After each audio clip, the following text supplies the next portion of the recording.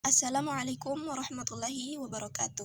Nama saya Sri Nanda Mamonto dengan NIM 251250115. Baiklah, saya akan menjawab pertanyaan soal-soal UAS mata kuliah kewarganegaraan yang telah diberikan oleh Ibu dosen Mutiara Nurmanita MPD.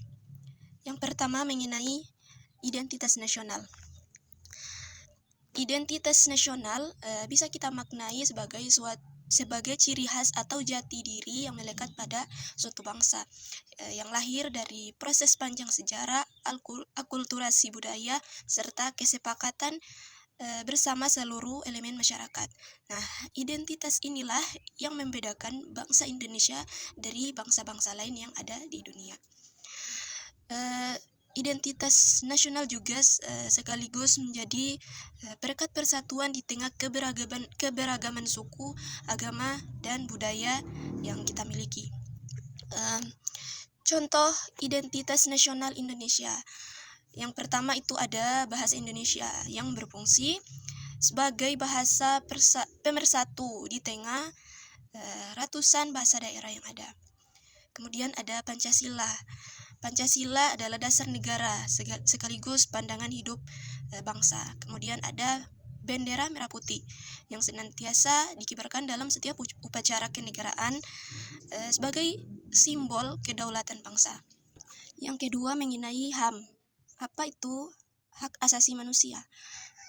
Sederhananya yang saya pahami, HAM itu adalah hak yang sudah ada otomatis kita punya dari kita lahir. Nah, hak ini diberikan langsung oleh Tuhan, dan tidak ada yang bisa mengambil atau merampas hak ini, termasuk negara sekalipun. Nah, contoh yang kita bisa temui dalam kehidupan sehari-hari, HAM itu pertama hak untuk hidup. Tidak ada orang yang bisa melarang kita untuk tidak hidup. Tidak ada orang yang bisa melarang kita untuk bernafas. Kita bebas untuk hidup, kita bebas bernafas. Kita bebas menjalankan kehidupan. Nah, kemudian apalagi hak memeluk atau memilih agama dan cara cara ibadahnya sendiri. Tidak boleh dipaksa, tidak ada paksaan dari pihak manapun, kamu harus memeluk agama ini, kamu harus beribadah seperti ini, tidak ada. Kita bebas memilih agama dan cara beribadahnya. Kemudian tentang kenapa Undang-Undang Dasar Negara Republik Indonesia tahun 1945 itu penting sebagai konstitusi untuk bagi negara Indonesia. Jadi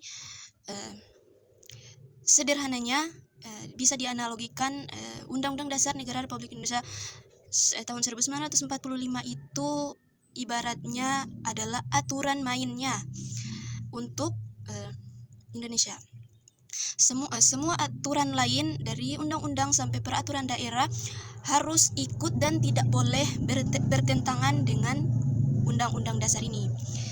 Jadi pentingnya di sini adalah Undang-Undang Dasar 1945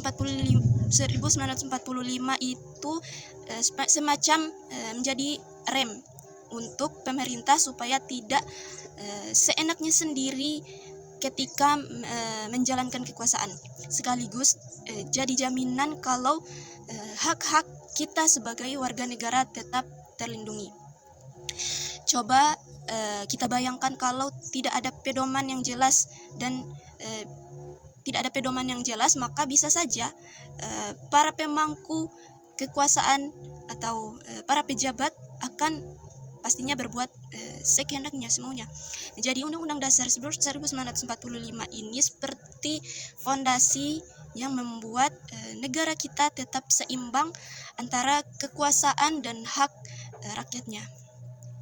Kemudian tentang apa bedanya hak dan kewajiban. Nah, gampangnya hak itu adalah sesuatu yang kita terima, sedangkan kewajiban itu adalah sesuatu yang harus kita lakukan, yang harus kita penuhi. Contoh hak kita berhak mendapat pelayanan dari pemerintah seperti ketika membuat KTP.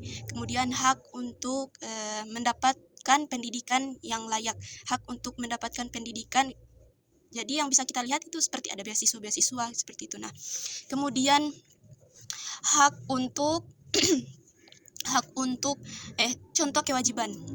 Contoh kewajiban, kita wajib membayar pajak, misalnya pajak bangunan atau pajak kendaraan bermotor. Nah, kemudian kita wajib mengikuti aturan yang sudah dibuat, kayak misalnya aturan lalu lintas. Nah, kita wajib mematuhi aturan lalu lintas, kayak kayak memakai helm atau berjalan mengikuti jalurnya. Nah, seperti itu. Kemudian demokrasi. Demokrasi itu adalah sebuah sistem di mana kekuasaan tertinggi ada di tangan rakyat. Jadi rakyat ikut menentukan keputusan baik secara langsung atau lewat wakil yang dipilih. Nah, kenapa masyarakat harus ikut berpartisipasi dalam demokrasi? Nah, kalau rakyat cuman diam seperti ini, kalau kita sebagai rakyat hanya berdiam diri, tidak peduli ketika misalnya ada pemilu atau kebijakan pemerintah membuat kebijakan, kita tidak peduli, maka ya kebijakan yang dibuat bisa saja tidak sesuai dengan apa yang kita sebagai rakyat inginkan. Nah, contoh gampangnya kita bisa lihat di kehidupan sehari-hari kita, kayak memilih kepala desa. Nah, itu berarti kita ikut menentukan siapa yang akan mengurus kepentingan kita di lingkungan kita sendiri. Seperti itu. Kemudian tentang cara-cara mendapatkan kewarganegaraan Indonesia. Nah,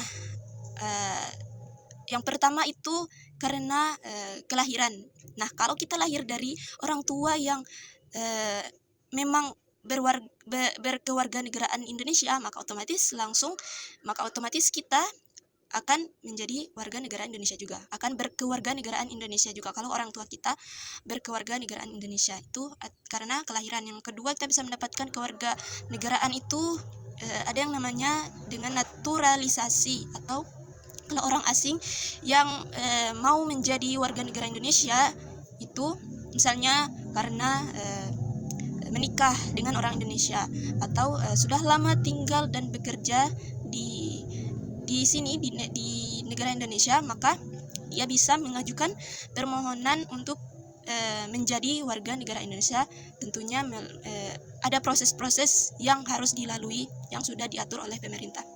Kemudian tentang budaya, saya mengambil satu contoh budaya yang ada di daerah saya, yaitu tari Kabela. Nah, asal tari Kabela ini dari Bolamongondo, Sulawesi Utara.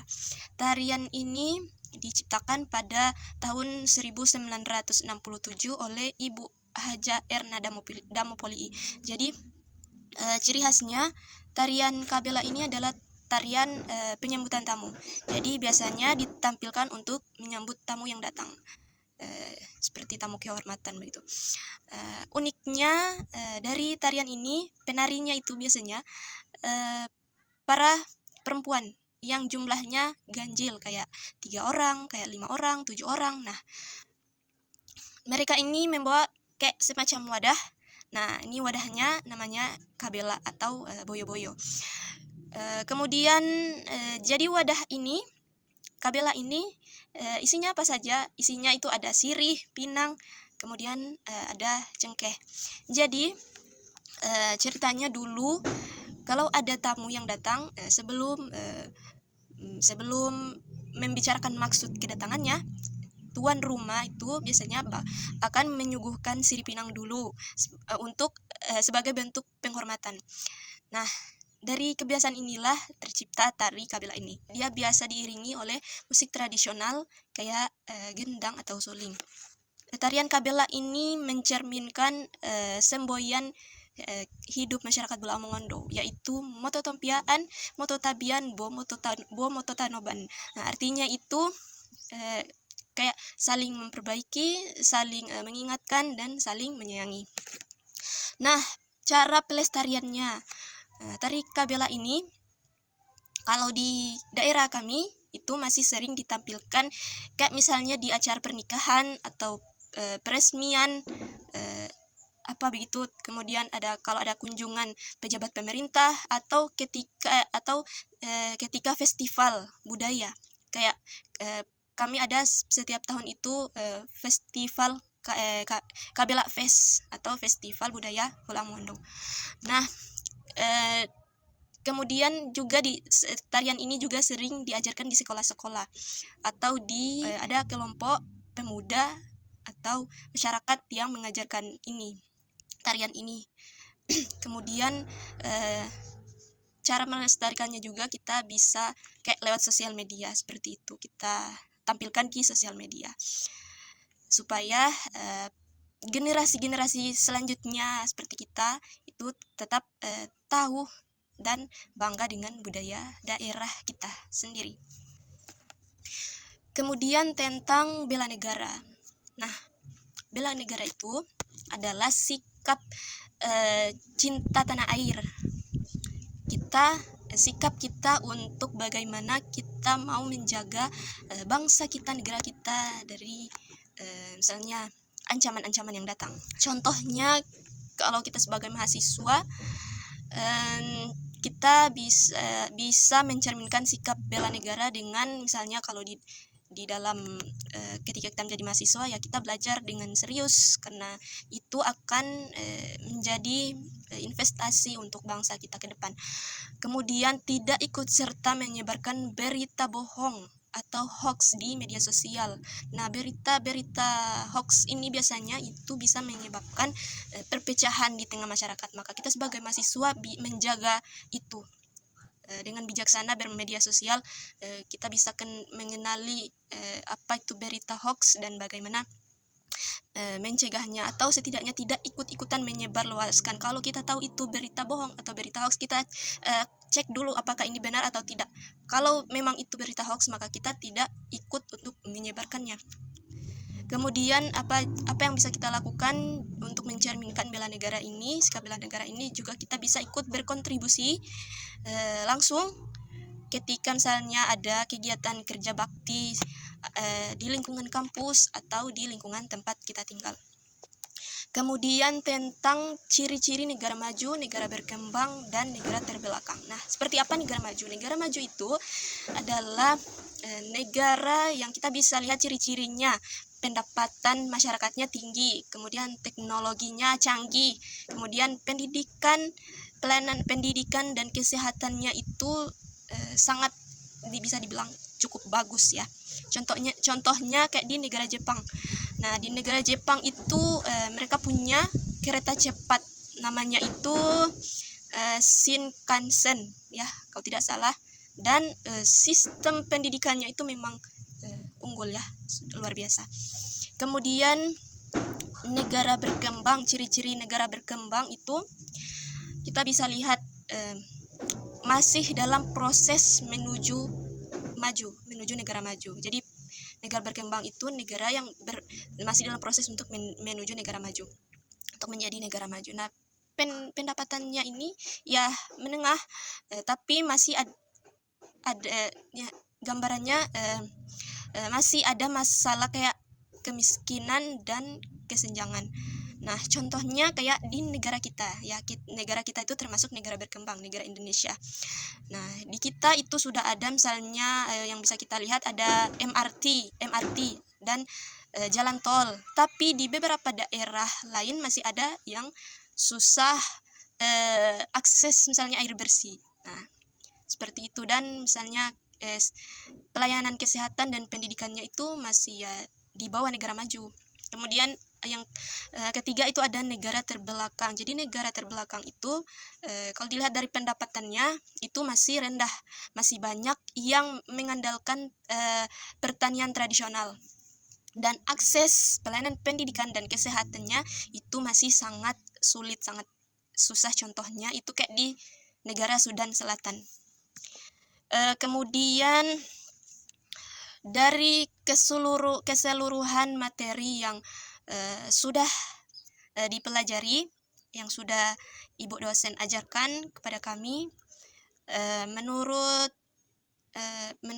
saya materi yang paling penting itu adalah bela negara.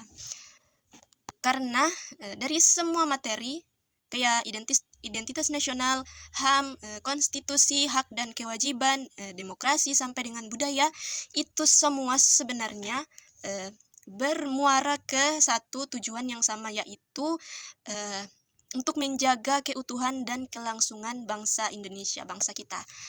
Contoh penerapannya di kehidupan sehari-hari kita, ya kayak sikap bela negara kita itu bisa tercermin kalau kita misalnya disiplin, taat aturan, cinta dengan produk dalam negeri, kemudian kita senantiasa menjaga ketentraman dengan sesama, misalnya teman-teman yang berbeda suku, agama, atau budaya yang kita jumpai, yang bisa kita temui di lingkungan kampus, di lingkungan tempat kita tinggal. Nah, seperti itu kira-kira dari saya. Ibu dosen, terima kasih. Sekian, mohon maaf atas segala kekurangannya. Wassalamualaikum warahmatullahi wabarakatuh.